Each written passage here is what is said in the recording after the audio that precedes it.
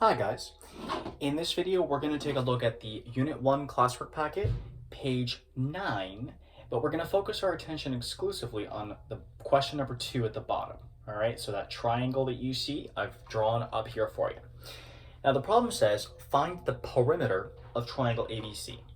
Let's take a step back for a second. What does it mean to find perimeter?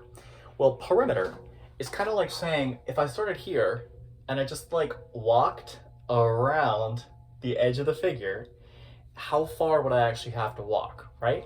So you might have heard something like, somebody was circling the perimeter of the house. That just means they walked around the house, right? But in other words, perimeter just means find each one of the three sides and add them up. Now, let's take a look at how we're going to do this. This problem right here is really an extension of something we've looked at previously, which is the Pythagorean Theorem. Here's the thing though. In this case, how many slanted sides, right? How many slanted sides do you guys see?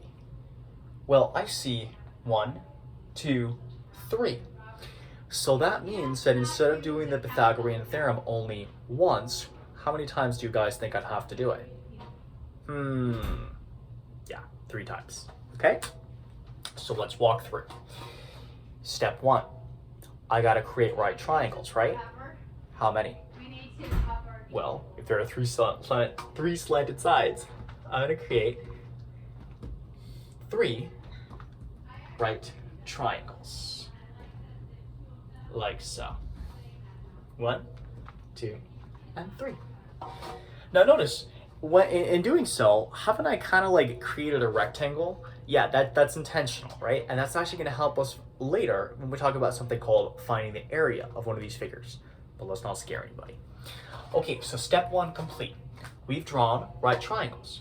Step 2, let's figure out the sides of the right triangle. Okay, so here to here, that's 1 unit. From here to here, I think I count 2 units. Okay, let's count here. So from 1 to 4, that's 3. From -3 all the way up to 1, that would be 4. And then over here, from -2 up to 1, that should be 3 units. And then from -1 over to +4, that's 5 units. If you guys are wondering how I did that, I counted, right? So if all else fails, literally put your finger on the corner and just count 1, 2, okay? And that should help. So now that I have all of my right triangles labeled, what's my favorite theorem ever that I'm going to apply here in order to find each length for each side? Pythagorean Theorem. Let's do this side first, okay? So I'm going to have 1 squared plus 2 squared equals c squared. So that's 1 plus 4 equals c squared. 5 equals c squared. Rad 5 equals c. Bam, 1/3 done. Now I'm going to put a little star here because I'm going to need to use that later when I actually come up with an expression for perimeter, okay? All right, now let's deal with the 3 and the 5. So the same thing, right? 3 squared plus 5 squared equals c squared. So 9 plus 25 equals c squared. Gosh, I hope I can add here. Yeah, so 34 equals c squared, and that means rad 34 equals c. Notice, even though 34 is not prime, right, it could be broken up into 2 and 17. Are either 2 and 17 perfect squares? No, so I get to leave it alone. And last but not least, 3 and 4, let's plug them into the Pythagorean Theorem. 3 squared plus 4 squared equals c squared. 9 plus 16 equals c squared.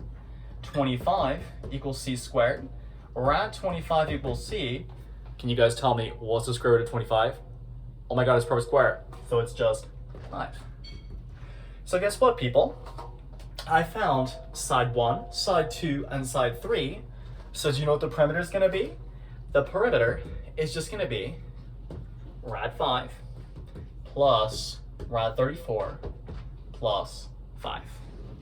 On the EOC, they might ask for that as a decimal, okay, in which case I give you a handy dandy calculator, but because I'm a nasty person, we're not going to do that right now. We're going to leave it in radicals, okay?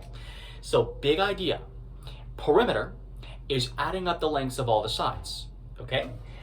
In order to do that, I'm going to use the Pythagorean Theorem however many times I have slanted sides.